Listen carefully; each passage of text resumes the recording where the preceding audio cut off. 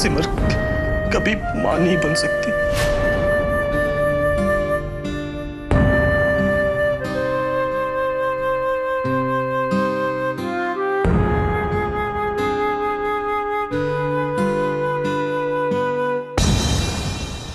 सिमर से कुछ बात हुई? नहीं सिद्धांत जी, दीदी सबके सामने खुद को नॉर्मल दिखाने की कोशिश कर रही है, लेकिन मैं जानती हूँ वो अंदर ही अंदर बहुत परेशान है। मैं समझ सकता हूँ।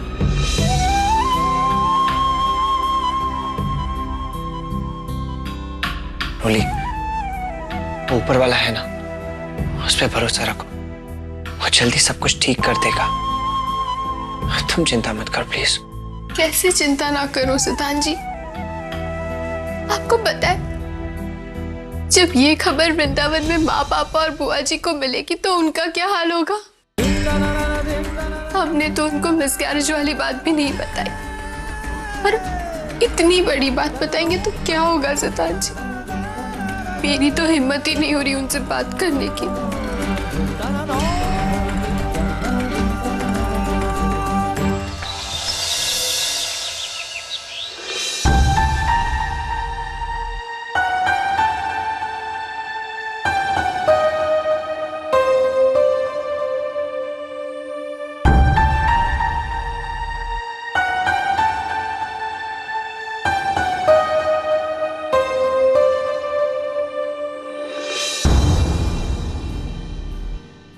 उमा, आज सुबह सुबह गुड्डू के स्कूल से फोन आया था ना, तुमने बताया नहीं क्या बात हुई? माताजी, वो गुड्डू की टीचर कह रही थी कि उसके एग्जाम शुरू ही होने वाले हैं और एग्जाम्स खत्म होते ही सारे बच्चों को कुछ दिनों के लिए हॉस्टल से घर भेज दिया जाएगा।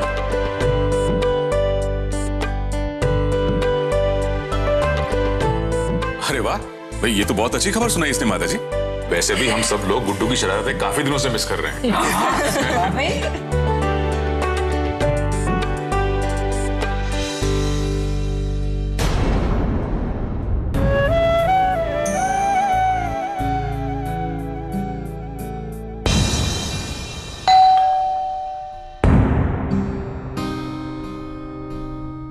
अब मैं देख कर आती हूँ।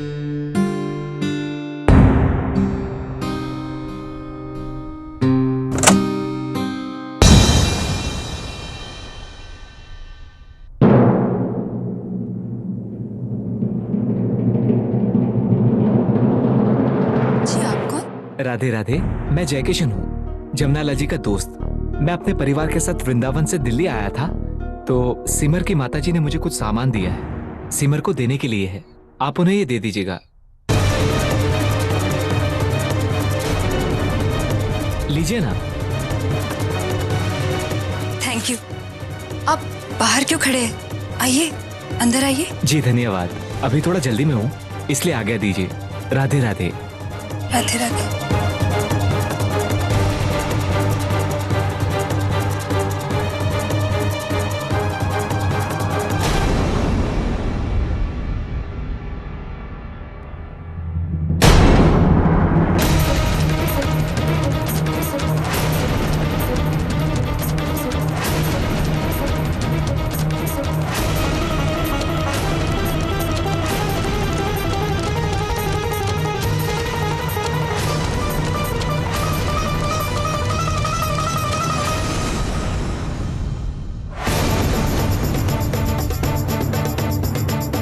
ये सब क्या है परी?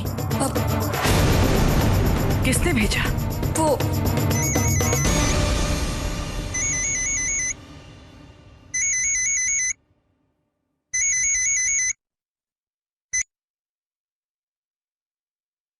राधे राधे माँ। राधे राधे बेटा, कैसी है? तबीयत ठीक रहती है ना तेरी? माँ मैं बिल्कुल ठीक हूँ।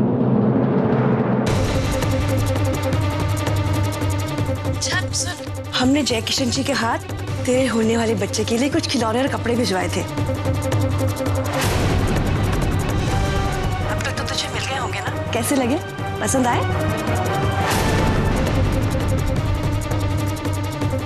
माँ, इन सब चीजों का अभी यहाँ कोई काम नहीं है।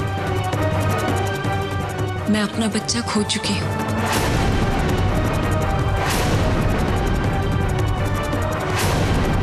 और डॉक्टर कहते हैं कि मैं दोबारा कभी माँ नहीं बन सकती।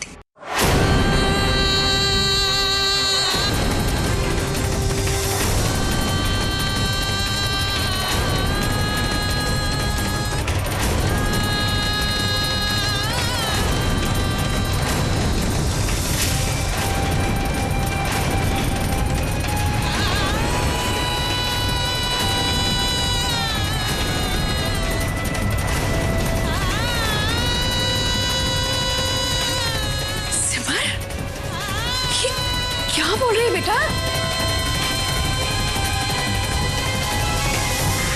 मीना जी, मैं सुजाता बोल रही हूँ।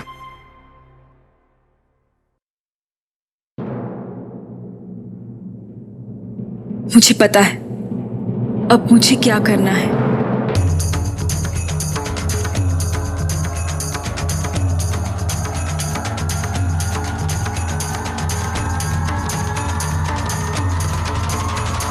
हम इस सामान को किसी अनाथ आश्रम में दान कर देते हैं।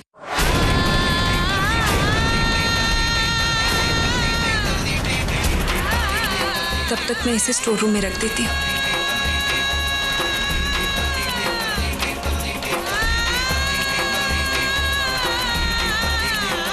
लाइए भाभी।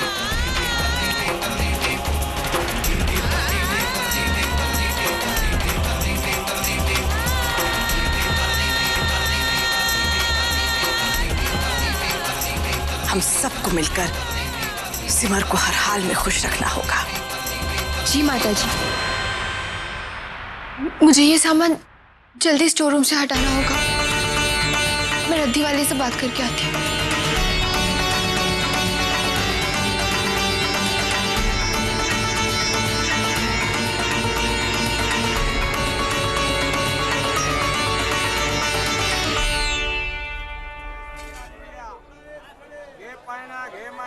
भैया जी कल हमारे घर आ जाइएगा, कुछ सामान निकालना है। जी जी।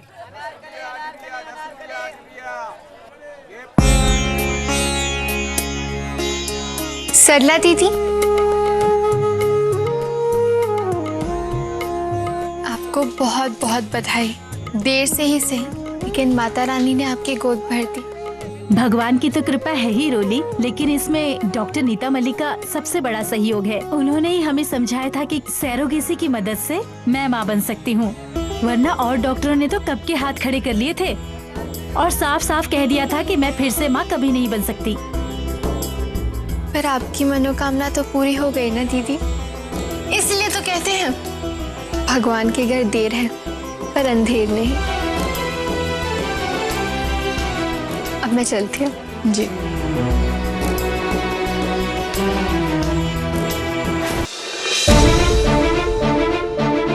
पता नहीं क्या होने वाला है।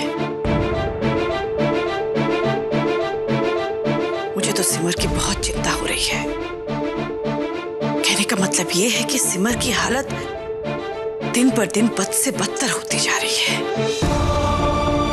समय के साथ उसके घाव भरने की बजाय और गहरे होते जा रहे हैं। पता नहीं ये सब कब तक चलेगा। समझ में नहीं आ रहा कि ऐसा क्या करें कि जीजी भी समझने वाले ये तो समझ गए कि सिमर की हालत बदतर होती जा रही है, पर ये नहीं समझ रहे कि हम बीमार का इलाज कर रहे हैं, बीमारी का नहीं। जीजी, सिमर की बीमारी है बच्चा। एक बार सिमर के कान में बच्चे की किलकारी गूंजते ही वो मुस्कुरा देगी, ठीक हो जाएगी। वो खिलखिलाकर हंस पड़ेगी। बस माता रानी करे ऐसा कोई चमत्कार हो जाए।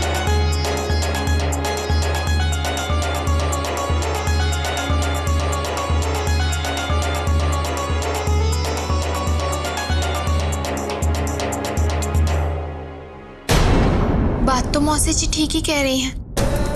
मुझे कुछ भी करके दीदी के जीवन में खुशियां वापस लानी ही होगी, लेकिन कैसे?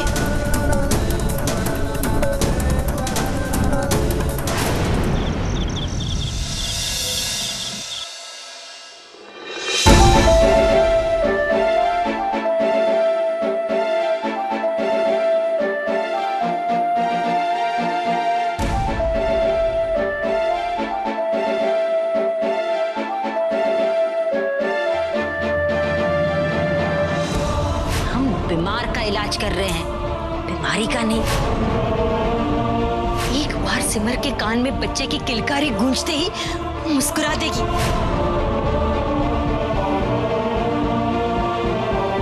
मौसी जी ठीक कह रही थी, बच्चा ही सिमर दीदी का इलाज है।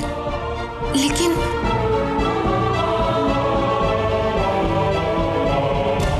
भगवान की तो कृपा है ही रोली, लेकिन इसमें डॉक्टर नीता मलिक का सबसे बड़ा सहयोग है। उन्होंने ही हमें समझाया था कि कैसे सैरोगेसी की मदद से मैं मां बन सकती हूँ।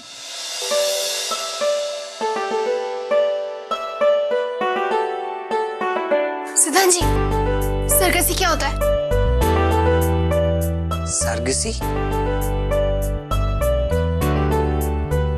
Do you mean surrogacy? हाँ, वही सैरोगेसी। तुम्हें सैरोगेसी के बारे में क्यों जानना है? बहुत सवाल करते हैं आप।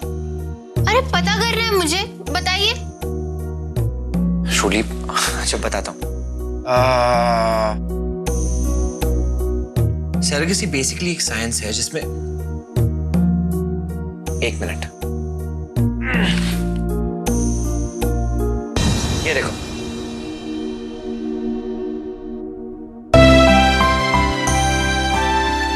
इस बच्चे को देखो, ये सैरोगेसी से पैदा हुआ है। रूली, सैरोगेसी एक ऐसी टेक्निक है जिससे कि एक औरत किसी दूसरे पति पत्नी का बच्चा अपने कोख में पालती है और फिर उसे जन्म देती है।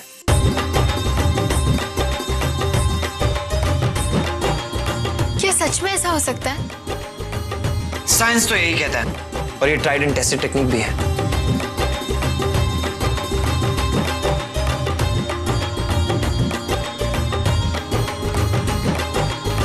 अगर सच में ऐसा हो सकता है तो सिमर दीदी और प्रेम जीजू को भी बच्चा हो सकता है।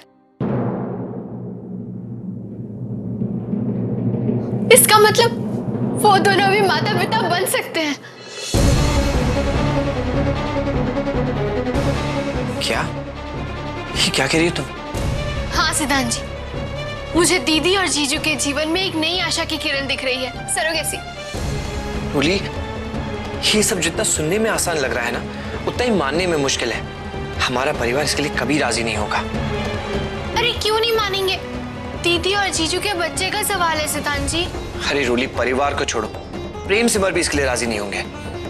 उनसे भी बात करनी पड़ेगी। तो करेंगे ना हम बात उनसे। आप कल प्रेम जीजू को मना लेना और मैं दीदी को समझाऊंगी। ठीक है रूली, तुम्हारा आइडिया अच्छा है, लेकिन रूली, ये सब समझाना इतना आसान नहीं है। हम इसे नहीं समझा पाएंगे, इसके लिए कोई डॉक्टर। रूली, एक आइडिया है, क्यों ना हम लोग इन दोनों को एक सरोगेसी एक्सपर्ट के पास लेके जाएं, जो ये सब उन्हें ढंग से एक्सप्लेन कर पाए। आइडिया अच्छी है, लेकिन प्रेम जीजू इतनी आसानी से थोड़ी मानेंगे। इसके लिए मैं उसे मना लूंगा।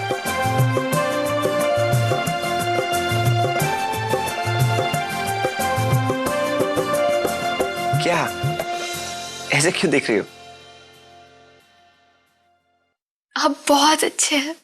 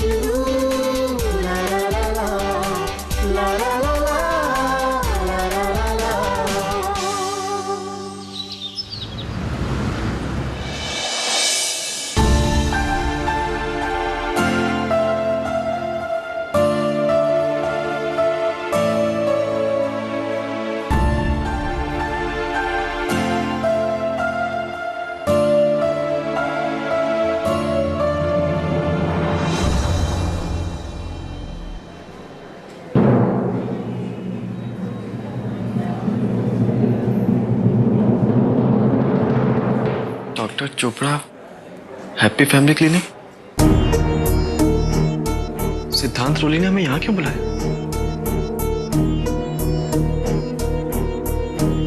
दीदी,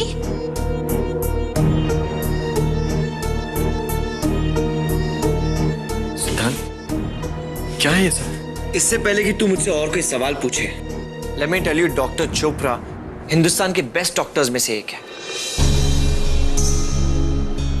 ये जरूर तुम्हें कोई ना कोई रास्ता दिखाएंगे। लेकिन सिद्धांत, मिल तो ले। मुझे लगता है ये सही वक्त नहीं है। अरे जीजू, आप नाराज मत होइए, मान जाइए ना। यहाँ तक आ गए हैं तो एक बार मिल लीजिए ना डॉक्टर से।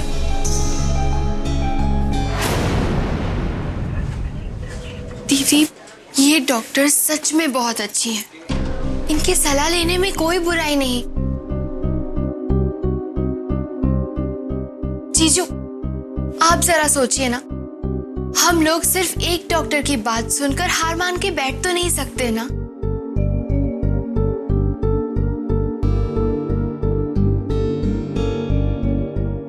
रोली ठीक कह रही है।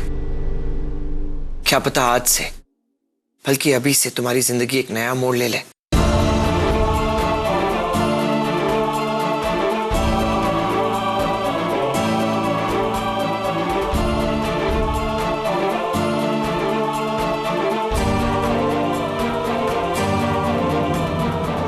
ठीक है, चलो। चल।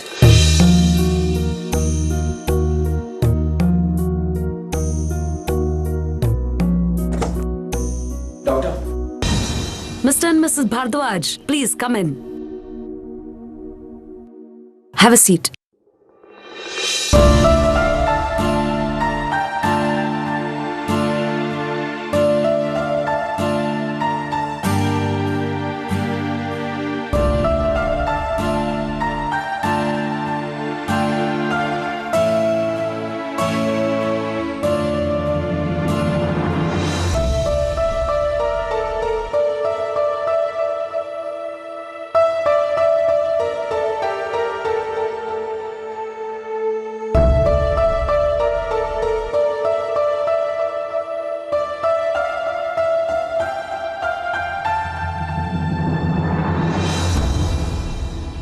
देखिए, जस्ट बी कंफर्टेबल। सिमर, इन्होंने मुझे आपके बारे में सब कुछ बताया है और मैंने आपकी रिपोर्ट्स भी देखी हैं। चिंता करने की कोई बात नहीं है। आज विज्ञान ने हमारे सामने बहुत से ऐसे रास्ते खोल दिए हैं जो हमारे जीवन को खुशियों से भर सकते हैं। और आपकी कंडीशन को देखते हुए मैं आप दोनों को सरोगेसी की सलाह दूंगी।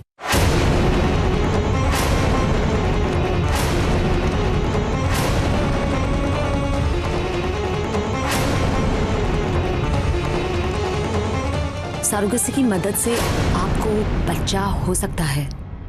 सरोगेसी? पहली बार सुनकर सबका यही रिएक्शन होता है, लेकिन इसमें चौंकने वाली कोई बात नहीं। आजकल सरोगेसी आम बात है और सिमर के केस में जेस्टेशन सरोगेसी पॉसिबल है।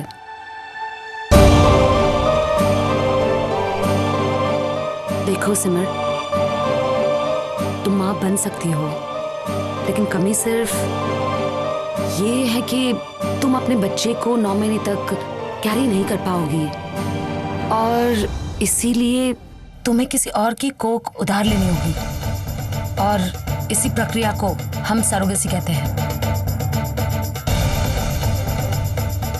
लेकिन डॉक्टर, ये कैसे मुमकिन? I'll show you. देखिए,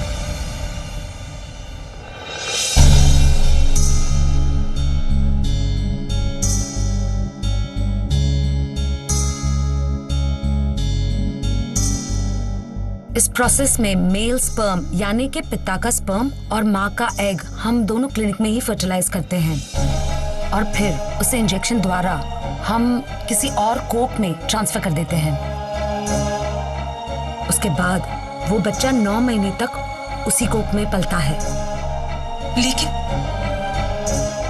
लेकिन डॉक्टर, एक औरत किसी और के बच्चे को क्यों? इसलिए खासकर ऐसी औरतों को चुनते हैं जिनके खुद के बच्चे हो चुके हों।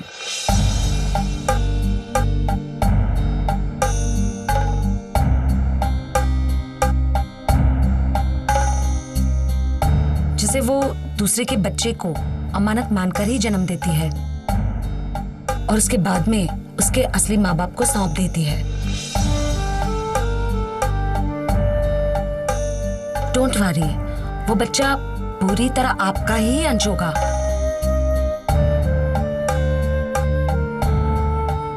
उसके हाव भाव, उसका चेहरा, सब कुछ आप दोनों जैसा ही होगा। और हाँ, इस प्रक्रिया में आप दोनों को सरोगेट मदर के साथ संपर्क में आने की भी जरूरत नहीं है। ऐसे केसेस में उसे पता भी नहीं होता कि इस बच्चे के माता पिता कौन है।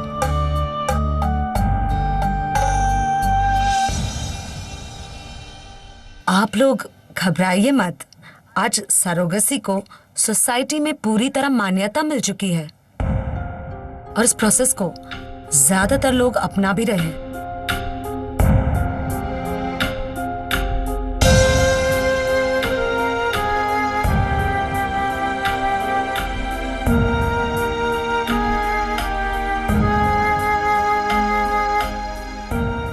सिमर, प्रेम, आप दोनों चिंता बिल्कुल छोड़ दीजिए और अपने जीवन में खुशियों का स्वागत करने के लिए तैयार हो जाइए।